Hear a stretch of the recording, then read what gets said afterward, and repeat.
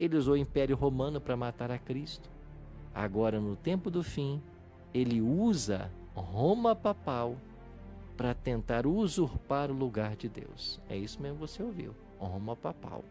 Lembra do deserto da tentação? Ele disse para Jesus na terceira tentação: se você se prostrar e me adorar, eu vou te devolver a humanidade, a terra que eu usurpei. Se você se prostrar e me adorar.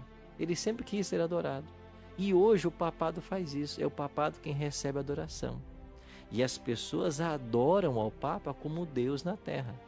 Sobre o sábado, mas Jesus, inclusive, ele ressuscitou no domingo. Isso fez com que o dia de descanso alterasse, perdeu a relevância o sábado, pastor? E esse tema está falando de ataque, o ataque de Satanás, falando também da distorção do anticristo. Agora, pastor, é o seguinte, o senhor falou que a gente não pode confessar homens o perdão e tal, e pedir perdão. Então, como eu vou me confessar? Não existe, então, humanamente um representante que eu possa me confessar aqui? Como é que funciona a confissão segundo a Bíblia? Então, amigo, preste atenção. Você não pode ser iludido por falsos ensinos. E como o diabo está atacando o santuário, ele está atacando as verdades do santuário. É por isso, então, que Paulo está alertando este poder. E nós vamos ver no estudo de hoje mais evidências bíblicas daquilo que eu estou afirmando. Mas ele faz isso através de agentes humanos. Em realidade, Satanás é o dragão do Apocalipse, mas ele não dá as caras. Ele sempre usa poderes. Olha, ele usou a Síria para destruir as 10 tribos do norte do povo de Israel. Ele usou Babilônia para escravizar as 2 tribos que sobraram por 70 anos. Ele usou o Egito para escravizar o povo de Deus por 4 séculos. Ele usou o Império Romano para matar a Cristo. Agora, no tempo do fim, ele usa Roma papal para tentar usurpar o lugar de Deus. É isso mesmo que você ouviu, Roma papal. Porque os papas, Cris, são eles quem, ao longo da história, se dizem ocupar o lugar de Deus na terra. Daí vem a expressão vigário, o representante. Mas é mais que o representante. Eles tentam usurpar a posição de Deus. Por quê? Porque eles ensinam ou pretendem ter atributos que pertencem somente a Deus. É por isso, então, que Paulo está alertando este poder. E nós vamos ver no estudo de hoje mais evidências bíblicas daquilo que eu estou afirmando, que é o papado, é quem o diabo usa para tentar usurpar o lugar de Deus na história. Pastor, aproveitando esse tema aí, essa questão do anticristo, além de ocupar o lugar de Deus, a tentativa, ele tenta distorcer a palavra. Ele mistura algumas coisas para confundir. Seria uma das estratégias satânicas no tempo que vivenciamos agora, pastor? Claro, e isso também já estava profetizado. Então vamos a 2 pontos importantes. Primeiro, por que o papado tenta usurpar a posição de Deus? Porque ele tenta usar as prerrogativas divinas. Vou dar um exemplo dessas prerrogativas. Só Deus deve ser adorado. Nem os anjos aceitam adoração. Se você for para Apocalipse, capítulo 19, versículo 10, você vai encontrar João diante de um poderoso anjo. E o que fez João? Ele se prostrou para adorar esse anjo. E o anjo disse assim: João, não faça isso. Eu sou conservo teu e dos teus irmãos. Adora a Deus. Então, nem o anjo aceitou a adoração de um ser humano. Mas o diabo, como sempre ele quis ser adorado, veja que lá em Isaías 14, Ezequiel 28, diz claramente que ele tentaria colocar o seu trono acima do trono de Deus e ser semelhante ao Altíssimo. Ele sempre quis ser adorado. Lembra do deserto da tentação? Ele disse para Jesus na terceira tentação: se você se prostrar e me adorar, eu vou te devolver a humanidade, a terra que eu usurpei. Se você se prostrar e me adorar. Ele sempre quis ser adorado. E hoje o papado faz isso. É o papado quem recebe a adoração.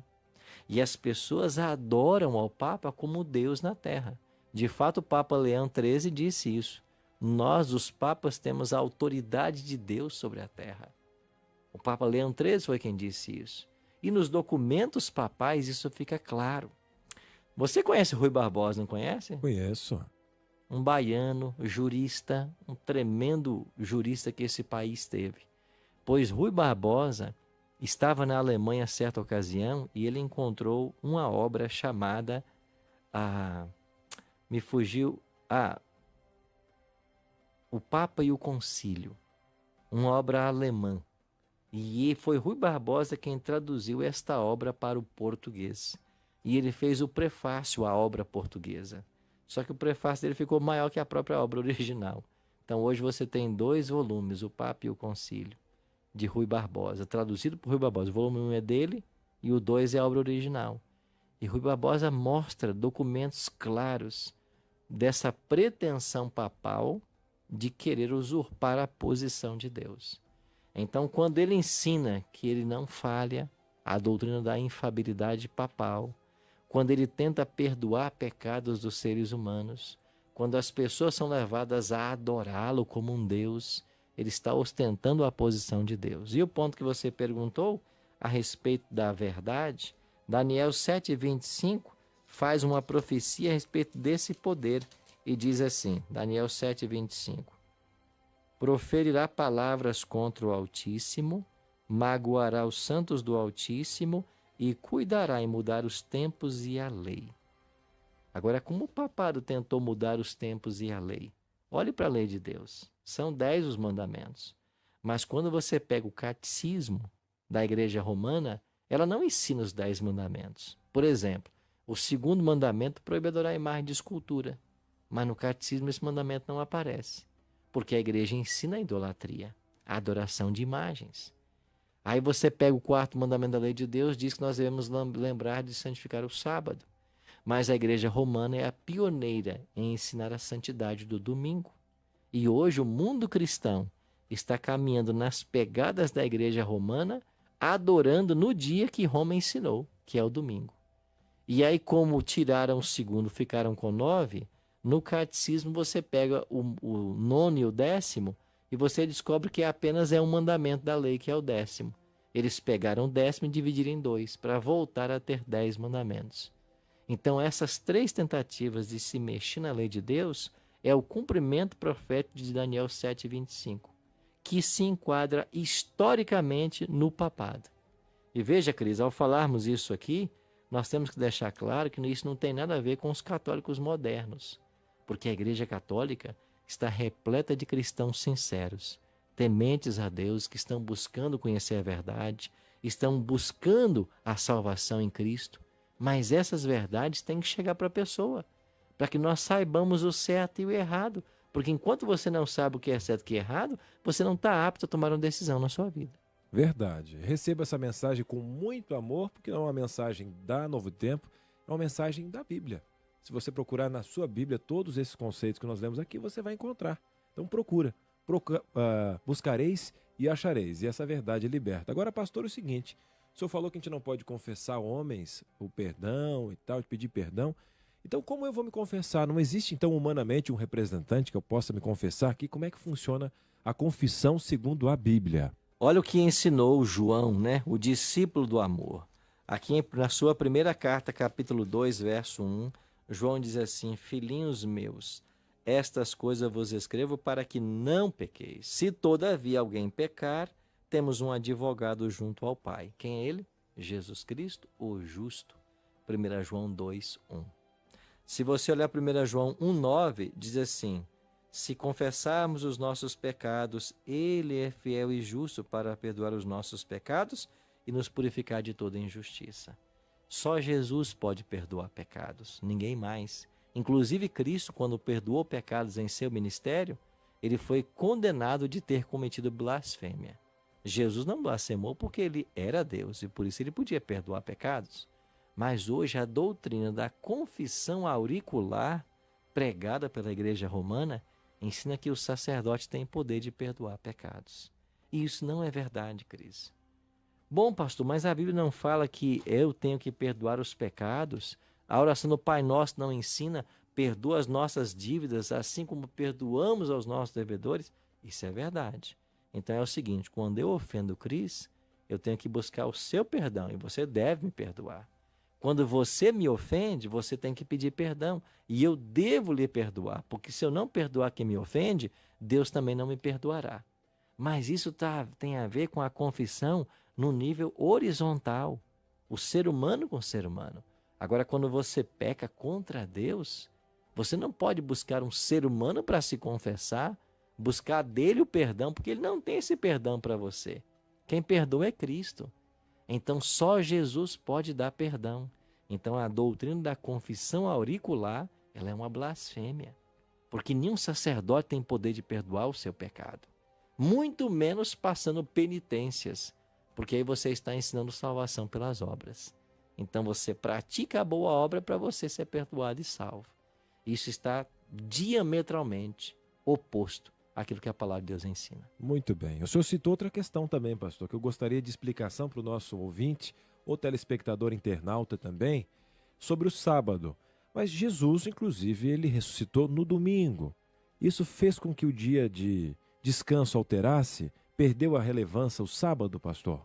O sábado nunca perdeu a relevância, Cris. E a prova disso é que o apóstolo Paulo, o maior teólogo do Novo Testamento, que escreveu um terço do Novo Testamento, se converteu 3 anos depois da morte de Cristo e morreu no ano 67. E você não tem Paulo ensinando o domingo. Você tem Paulo ensinando o sábado. Se você pegar a sua Bíblia em Atos 16, 2, 18, 4, você vai ver que, 17, 2, 18, 4, você vai ver que Paulo guardava o sábado. E um texto que me chama muita atenção é o texto de Lucas 23. Olha o que diz a Bíblia em Lucas capítulo 23. A partir do verso 50, está se falando a respeito da morte e do sepultamento de Cristo. Agora, olha o que diz o versículo 52. Tendo procurado Pilatos, lhe pediu o corpo de Jesus. Quem foi esse? Foi José de Arimateia. Verso 53. E tirando do madeiro, envolveu num lençol de linho e o depositou no túmulo aberto em rocha, aonde ainda ninguém havia sido sepultado. Verso 54. Eu estou lendo Lucas 23, agora 54. Era o dia da preparação e começava o sábado. Na Bíblia, a sexta-feira, o sexto dia, é chamado de dia da preparação. Por quê? Porque nele você se prepara para receber o sábado. Verso 55. As mulheres que tinham vindo da Galiléia com Jesus, seguindo, viram o túmulo e como o corpo fora ali depositado. Então se retiraram para preparar aromas e bálsamos e no sábado descansaram segundo o mandamento. Entre essas mulheres que vieram da Galiléia, estava ali a própria mãe do Senhor Jesus. E veja, você tem um exemplo claro na Bíblia de Maria guardando o sábado. As mulheres piedosas que seguiam a Cristo guardando o sábado. O próprio Jesus que guardou o sábado. Então o sábado, ele aparece na Bíblia de Gênesis a Apocalipse. Você vai ver lá em Apocalipse 1, versículo 10, João teve a visão, a primeira visão dele foi dada no dia do Senhor. E o dia do Senhor na Bíblia é o sábado. Então do Gênesis ao Apocalipse se ensina o sábado. Agora, e os milhares de cristãos que estão aí santificando o domingo? Ou escolheram esse dia para fazer o seu culto? Não há nenhum problema em você cultuar no domingo. O problema é você esquecer o mandamento. E como Deus sabia que nós iríamos esquecer, o 4º mandamento, em Êxodo 25:8, já diz: lembra-te do dia de sábado. Ou seja, a humanidade esqueceria. E o cristianismo está esquecendo. Mas você está ouvindo essa mensagem hoje para que você não se olvide dessa verdade. Para que você viva essa verdade. Porque nós entendemos, Cris, que o inimigo está atacando o santuário. E como no santuário estava a lei de Deus, ele ataca a lei de Deus no santuário. E é por isso que ele está tentando, usando agentes humanos, e usou o poder papal ao longo da história para fazer essas mudanças na lei, ou tentar mudar a lei, como a gente está explicando aqui. Muito bem. Para você que está acompanhando a gente, você já viu a questão da confissão, a questão do sábado. E esse tema está falando de ataque, o ataque de Satanás, falando também da distorção do anticristo. Pastor, o senhor deu um toque no tema anterior, mas só para dar uma refrescada para quem está chegando agora, a Bíblia fala sobre alma vivente. Seria o ser humano, então, ele tem uma alma imortal?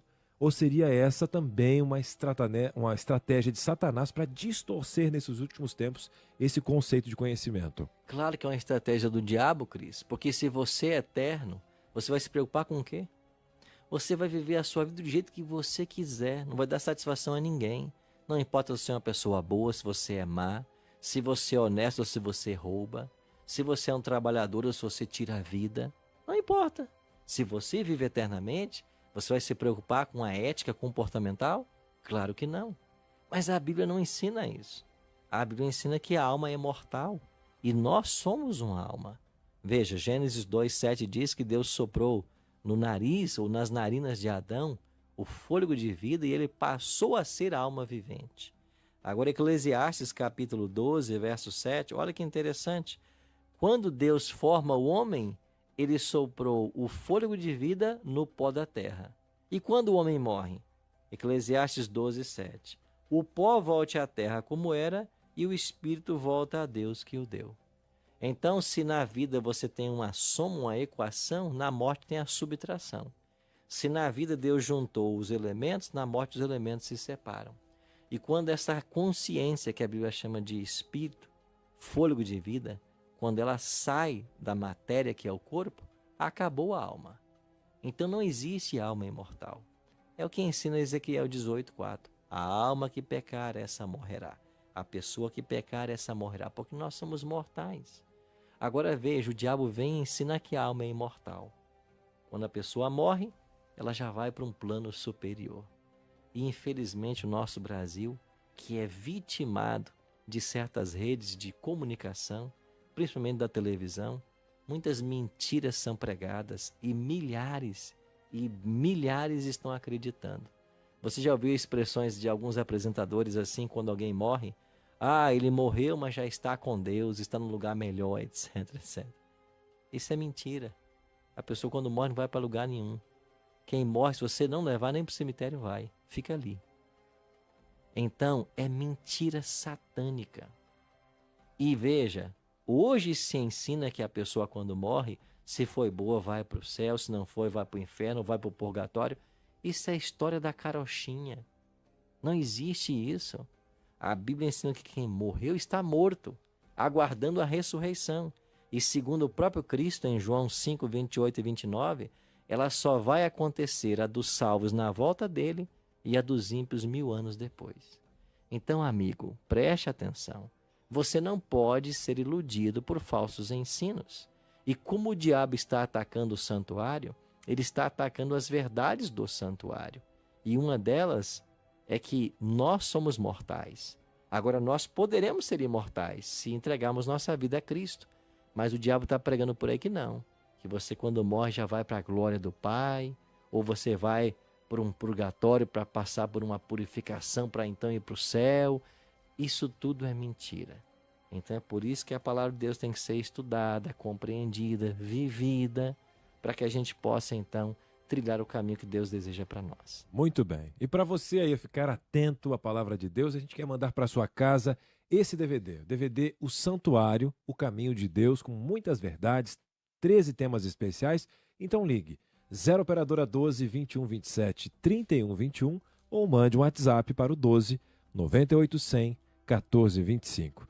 E a gente quer oferecer também para você, além desse DVD, a gente quer orar por esse Deus. Por mais que tenham estratégias de Satanás, Satanás é um derrotado. E esse Deus maravilhoso quer voltar para te buscar.